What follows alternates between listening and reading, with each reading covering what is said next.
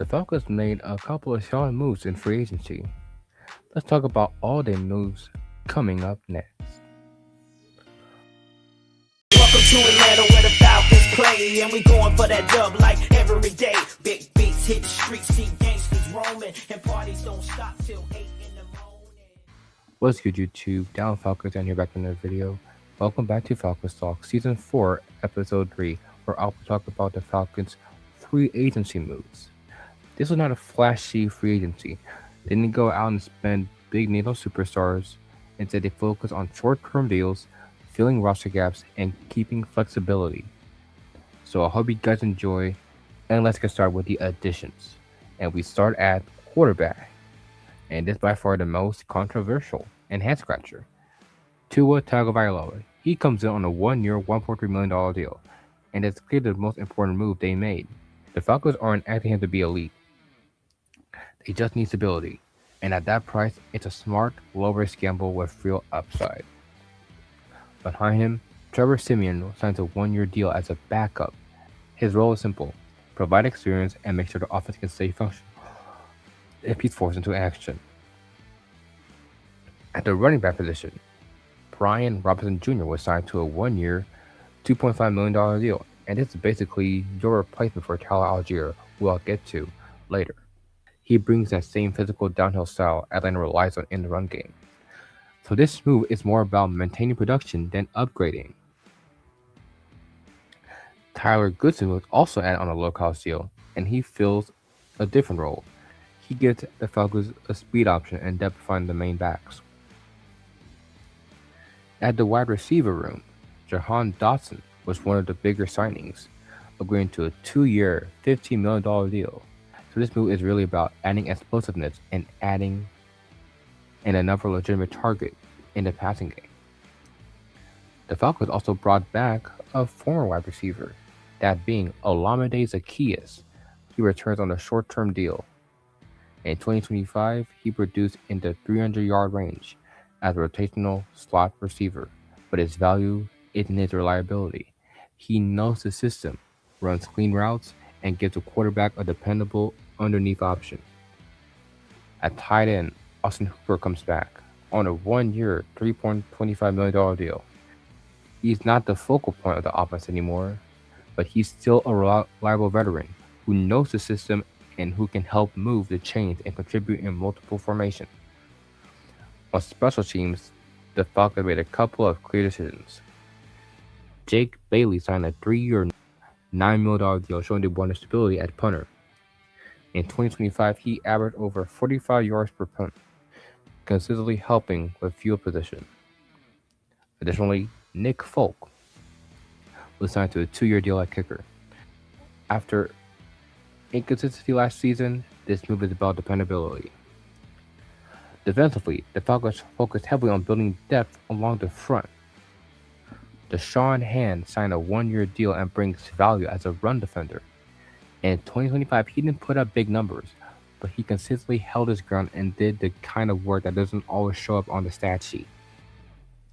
Cameron Thomas also signed a 1-year deal, adding rotational pass rush help. In 2025, he recorded limited sacks, but still generated pressure in certain situations, giving Atlanta another body in the edge rotation. Azeez Ojulari might be the most interesting defensive addition. He signed a 1-year deal. This is the former Georgia Bulldog we're talking about.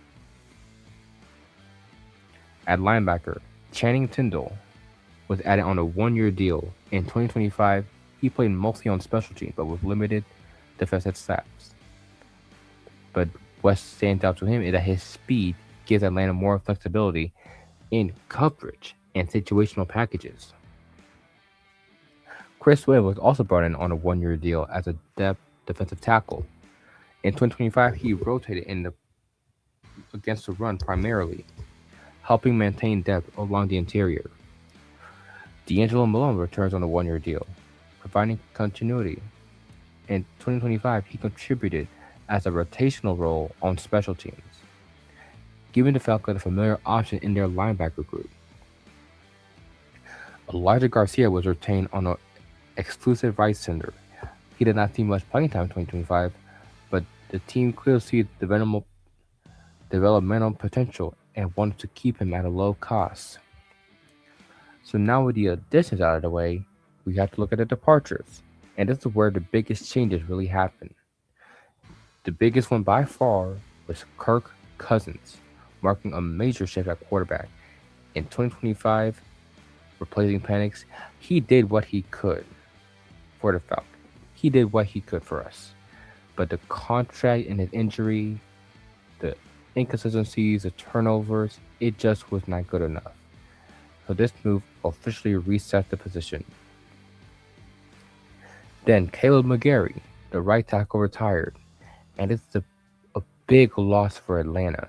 In 2025, he was supposed to be Penix's blind side protector, but unfortunately, he suffered a season-ending leg injury, and I feel like that played a significant role in why he chose to retire. So, happy retirement, Caleb McGarry. I wish you well whatever you do in life. At wide receiver, Darnell Mooney was released after putting up over 500 receiving yards in 2025. While he had moments of production, inconsistency, and cap considerations led the Falcons to move in a different direction. Kadero Hodge was also released. In 2025, he served as a depth receiver with limited production, and his departure is part of the broader reset at the position. At running back, Tyler Algier left in free agency. In 2025, he was a reliable part of the offense, but Atlanta chose to replace that production with a more cost-effective option in Brian Robinson Jr. But the biggest loss on defense was none other than Caden Ellis, who went back to the Aints. He was one of the most consistent and dominant leaders of that Falcons defense. And for him to go back to his ex, it's a pain in the chest. That's a knife in the heart. And then finally, we have Bradley Pinion, who is just a free agent. He was not re-signed, so the Falcons let him walk in favor of Jake Bailey. So, to conclude, if you just take a look at what the Falcons did, it was not about making splashes. It was just depth pieces for whatever they could afford. They did not have a lot of cap space, so they had to make do with what they could. At the same time, there are still holes on the roster at right tackle and linebacker. So we'll see what the Falcons will do moving forward. And that's why the draft is going to be so important. Can the Falcons get it right with limited cap space? We'll find out. But that's going to do it for episode 3. I hope you guys enjoyed. Thank you guys for watching. And I will see you all in episode 4. Peace out. Be blessed. That one out.